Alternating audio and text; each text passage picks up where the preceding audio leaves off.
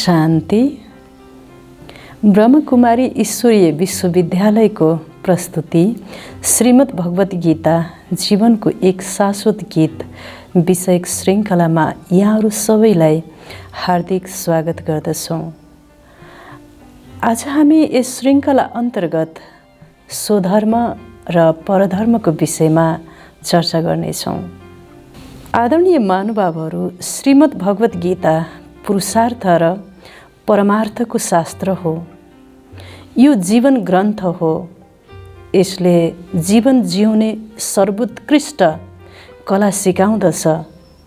यो जीवनको एक शाश्वत गीत हो, जुन गीत भगवानको सानिध्यमा गाउँदा जीवात्माले परम सुख र परम आनन्दलाई प्राप्त गर्दछ। श्रीमद् भगवत गीतामा भगवानले जीवन र जगतको लागि, वर्तमान र भविष्य प्रारब्धको लागि अत्यन्त दिव्य र अनुपम ज्ञान दिनुभएको छ। आज हामी यस अन्तर्गत स्वधर्म र परधर्मको विषयमा चर्चा गर्नेछौँ। श्रीमद् भगवत गीताका विभिन्न श्लोकहरूमा भगवानले भन्नुहुन्छ, हे अर्जुन, स्वधर्मलाई देखेर भय गर्न योग्य छैन, किनकि क्षेत्रीयको लागि धर्मयुद्ध भन्दा माथि कल्याणकारी अरू कुनै पनि कर्तव्य छैन। त्यसैले धर्मयुद्ध गर। यदि तिमीले यो धर्मयुद्ध गरेनौ भने पापलाई प्राप्त गर्नेछौ, स्वर्ग र कृतिलाई नष्ट गर्नेछौ। यसरी भगवानले स्वधर्ममा स्थित भएर धर्मयुद्ध गर्ने शिक्षा दिनुभएको छ। श्रीमद् भगवत गीतामा भगवानले स्वधर्मको दिव्य भाव बताउनु भएको छ। स्वधर्म अर्थात् आत्माको धर्म, आत्माको स्वभावलाई नै स्वधर्म भनिन्छ। आत्माको मौलिक गुणलाई नै स्वधर्म भनिन्छ। स्वभाव, स्वगुण र आत्माको निजी गुणरूपी सम्पत्तिलाई नै स्वधर्म भनिन्छ। सनातन आत्मामा 7वटा मौलिक गुणहरू निहित छन्। 7वटा संस्कारहरू आत्माका मूल संस्कारहरू हुन्, जसलाई ज्ञान, प्रेम, सुख, शान्ति, आनन्द, पवित्रता, शक्ति भनिन्छ। त्यसैले आत्मालाई सतोगुणी या सतोप्रधान भनिन्छ। सतोगुणी आत्मा, सतोप्रधान आत्मा भनिन्छ। यिनै आत्माका 7वटा भावलाई, 7वटा दिव्य संस्कारलाई, 7वटा मौलिक संस्कारलाई नै आत्माको स्वधर्म भनिन्छ। सरल भाषामा भन्नुपर्दा हरेक आत्मा ज्ञान स्वरूप, प्रेम स्वरूप, सुख स्वरूप, आनन्द स्वरूप, पवित्रता स्वरूप, शान्त स्वरूप र शक्ति स्वरूप हुन्। हरेक आत्माको यो आफ्नो ओरिजिनल स्वरूप, यो नै वास्तवमा स्वधर्म हो। जब एक आध्यात्मिक पुरुषार्थी आफ्नो यो स्वधर्ममा स्थित रहन्छ, तब उसको भित्र यी 7वटा गुणहरू, दिव्य मूल्यहरू, दैवी संस्कारहरू, यो आध्यात्मिक दीप प्रदीप्त हुन्छ र मानवको मनभित्रको अज्ञान रूपी अन्धकार अथवा विषय विकार रूपी अन्धकार समूल नष्ट हुन्छ। भगवानले बताउनु भएको आध्यात्मिक विधान अनुसार हरेक जीवात्माले यस सृष्टिरूपी रङ्गमञ्चमा कर्म गर्दा, स्वधर्ममा स्थित भएर जब कर्म गर्दछ, त्यो कर्मयोगमा परिवर्तन हुन्छ। श्रीमद् भगवत गीतामा भनिएको छ कि जब जीवात्माले स्वधर्ममा स्थित भएर कर्म गर्दछ, त्यो कर्म सत्कर्म बन्दछ र त्यो सत्कर्म रूपी पुण्यको पुँजीले उसलाई मृत्युको अथवा कालको भयबाट पनि मुक्ति दिलाउँदछ। ऊ अभय बन्दछ। भगवानले श्रीमद् भगवत गीतामा भन्नुभएको छ, जब जीवात्माले स्वधर्ममा स्थित भएर गरेको सानो पनि कर्म, त्यो कर्मको विनाश हुँदैन। त्यो सञ्चित कर्मले नै जीवात्मालाई अभय बनाउँदछ र विभिन्न किसिमका विघ्न बाधाबाट र बन्धनबाट मुक्ति दिलाउँदछ। त्यो कर्म नै सत्कर्म हो। त्यो कर्मले जीवात्मालाई समस्त कर्म बन्धनबाट मुक्ति दिलाउँदछ। अक्सर गरेर संसारमा सो धर्म भन्ने बित्तिकै आफूले मान्दै आएको धर्म भन्ने बुझिन्छ। वास्तवमा जीवात्माले यसको भावार्थलाई नबुझेर शब्दार्थमा मात्र बुझेको पाइन्छ। वास्तवमा धर्म भनेको आत्माको मौलिक गुण हो भने धर्म युद्ध भनेको कर्म हो। धर्म अथवा आत्माको मूल्यमा स्थित भएर यो संसारमा गर्नुपर्ने कर्मलाई नै वास्तवमा युद्ध भनिन्छ। त्यसै कारण भगवानले हे अर्जुन स्वधर्ममा स्थित भएर युद्ध गर भन्नुको भावार्थ आफ्नो आत्माको स्वगुण स्वधर्म अथवा आत्माको मौलिक संस्कारलाई स्मृति गर्दै कर्म गर्नु नै वास्तवमा स्वधर्ममा स्थित भएर युद्ध गर्नु हो। यसै गरी भगवानले यहाँ क्षेत्रीय शब्दको प्रयोग गर्नुभएको छ। वास्तवमा क्षेत्रीय भनेको पुरुषार्थी आत्माको प्रतीक हो। एक आध्यात्मिक पुरुषार्थी आत्माको प्रतीक हो। त भगवानले श्रीमद् भगवत गीताको अध्याय 18 को 66 नम्बर श्लोकमा भन्नुभएको छ, हे अर्जुन सर्वधर्मानि परित्यज्य मामेकं शरणं व्रज अहम त्वाम सर्व पापेभ्यो मोक्षयिष्यामि मा शुचा। हे अर्जुन देहसहित देहका सबै धर्मलाई परित्याग गरेर तिमी म एकको शरणमा आयो भने मात्र तिम्रा सबै पापहरूलाई गल्तीहरूलाई म नष्ट गरिदिन्छु, म क्षमा गरिदिन्छु, तिमी चिन्ता नगर।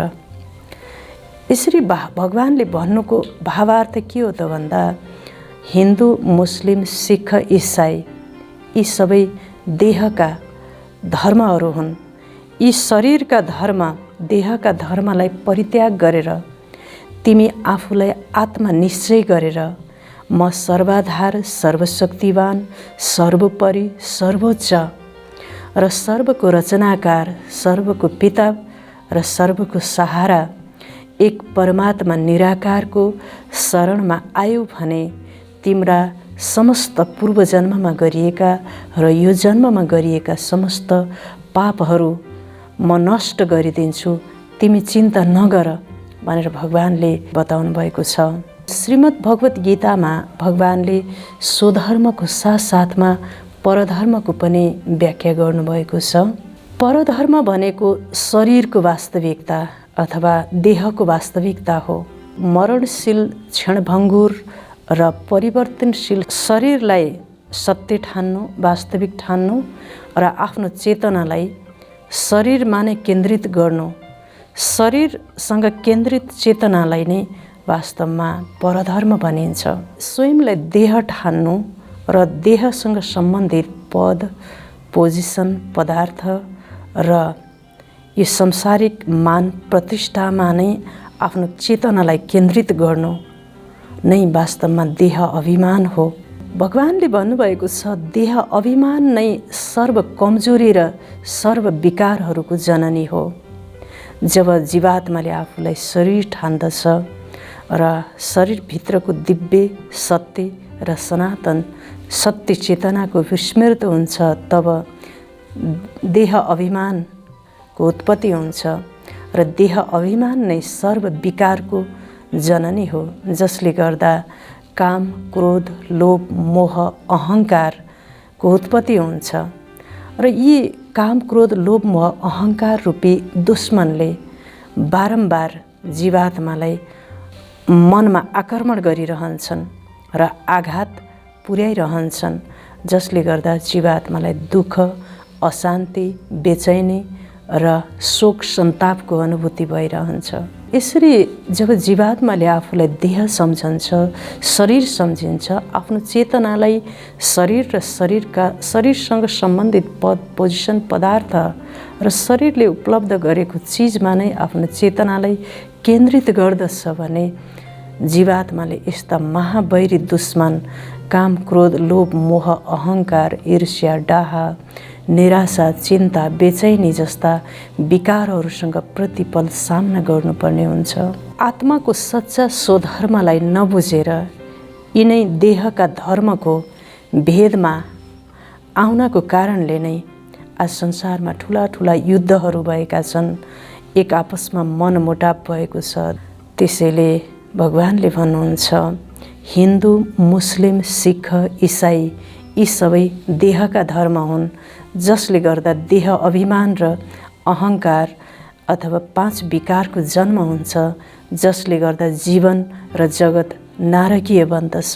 यसै गरी भगवानले श्रीमद् भगवत गीतामा भन्नुभएको छ, हे अर्जुन, परधर्म भयावह। हे अर्जुन, स्वधर्ममा मर्नु निको छ, मर्न श्रेष्ठ छ, तर परधर्मले भय उत्पन्न गराउँदछ, डर, त्रास र शोकको उत्पत्ति गराउँदछ। आदरणीय महानुभावहरू, यस सृष्टिरूपी रङ्गमञ्चमा जीवात्माले कर्म गर्ने क्रममा शारीरिक सुखलाई र सांसारिक सुखलाई नै स्वर्गतुल्य सम्झेर कर्म गर्दछ।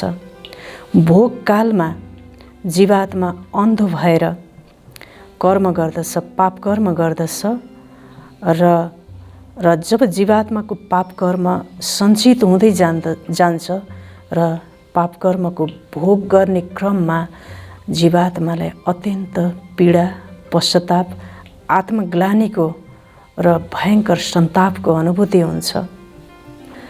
काम, क्रोध, लोभ, मोह, अहङ्कारको वशीभूत भएर कर्म गर्ने बेलामा जीवात्माले शारीरिक सुख र आनन्दको अनुभूति गर्दछ भने भोगकालमा अत्यन्त पीडा, पश्चाताप र आत्मग्लानीको अनुभूति गर्दछ।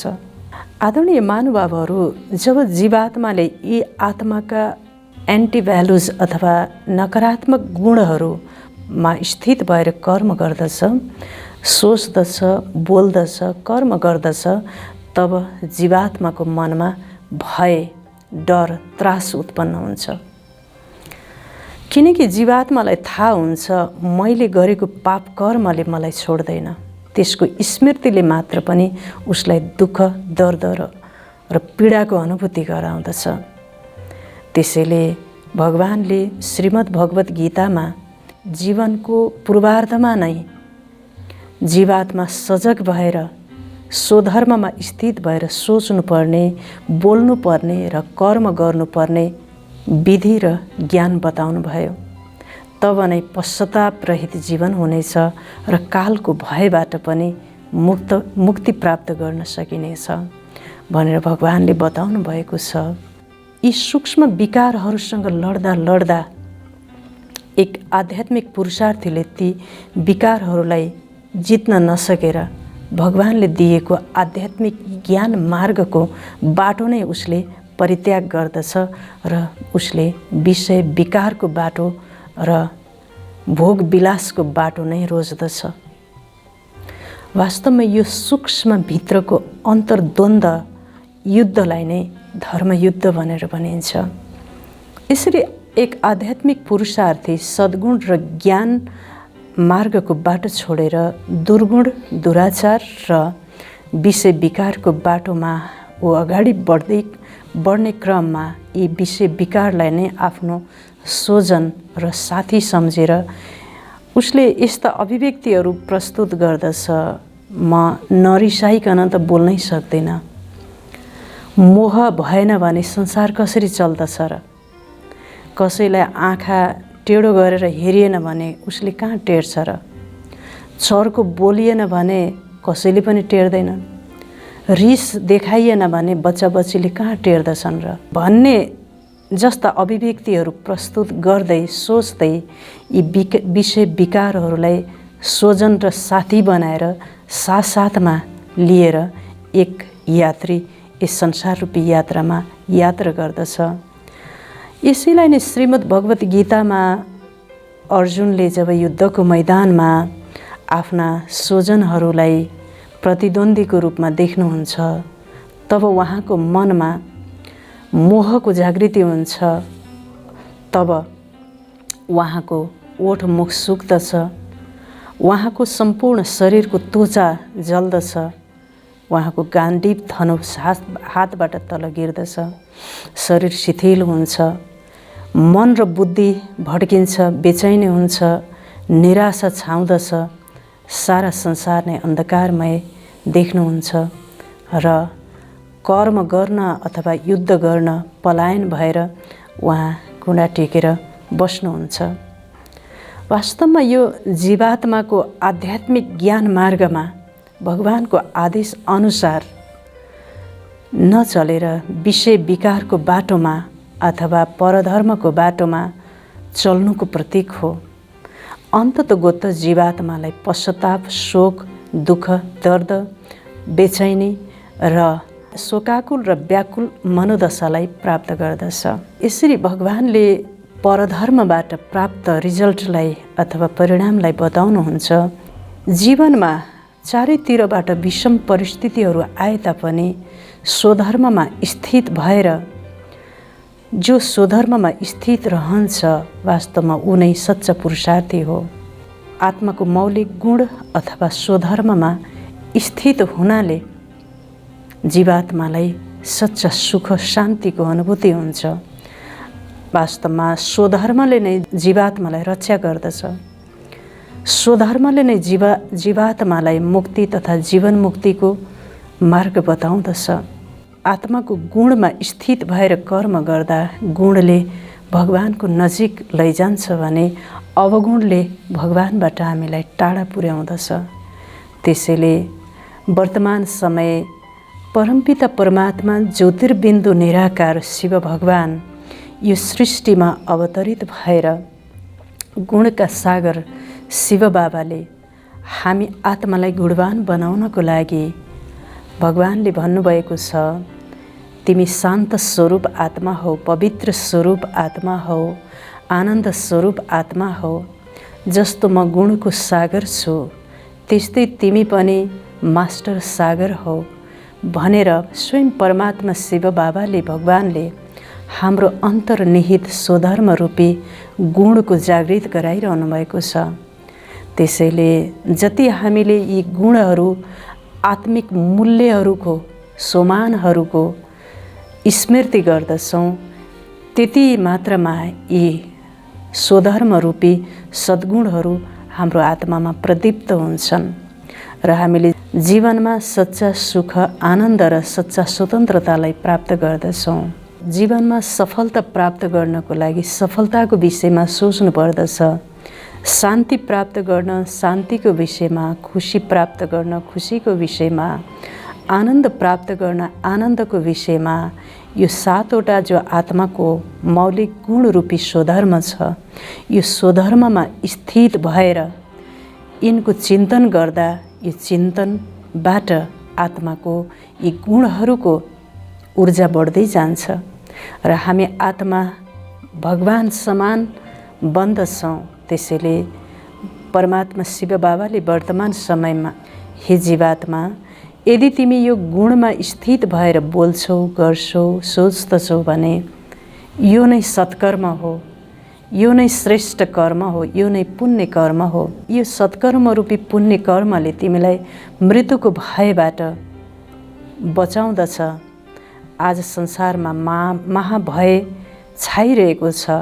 महाभय छाउनुको कारण जीवात्माले परधर्ममा स्थित भएर विषय विकारमा स्थित भएर सोच्नु, बोल्नु र गर्नुको कारणले नै आज यो महाभयको शिकार हुनु परिरहेको भगवानले बताउनु भएको छ भने स्वधर्ममा स्थित भयो भने मात्र तिमीले संसारलाई सुखमय बनाउन सक्दछौ। त्यसैले यहाँहरूले पनि आजबाट आत्माका यो सातवटा गुणहरूको गहन चिन्तन गर्नुहोला। चिन्तन गर्दै यसको स्वरूपमा र सोमानमा स्थित भएर सोच्ने, बोल्ने, गर्ने, कर्म गर्ने अभ्यास गर्नुहोला। अभ्यास गर्ने क्रममा यी परधर्म रूपी विषय विकार रूपी शत्रुको आक्रमण हुन सक्छ। फेरि पनि नडराउनु होला, पुरुषार्थ गर्दै जानु, एक दिन हामी अवश्य विजयी बन्नेछौँ, मायाजित बन्नेछौँ र जगतजित बन्नेछौँ भन्दै यो एपिसोडलाई धैर्यपूर्वक सम्मानपूर्वक श्रवण गर्नुभएकोमा आभार व्यक्त गर्दै बिदा हुन्छौँ। हवस् त। ओम शान्ति।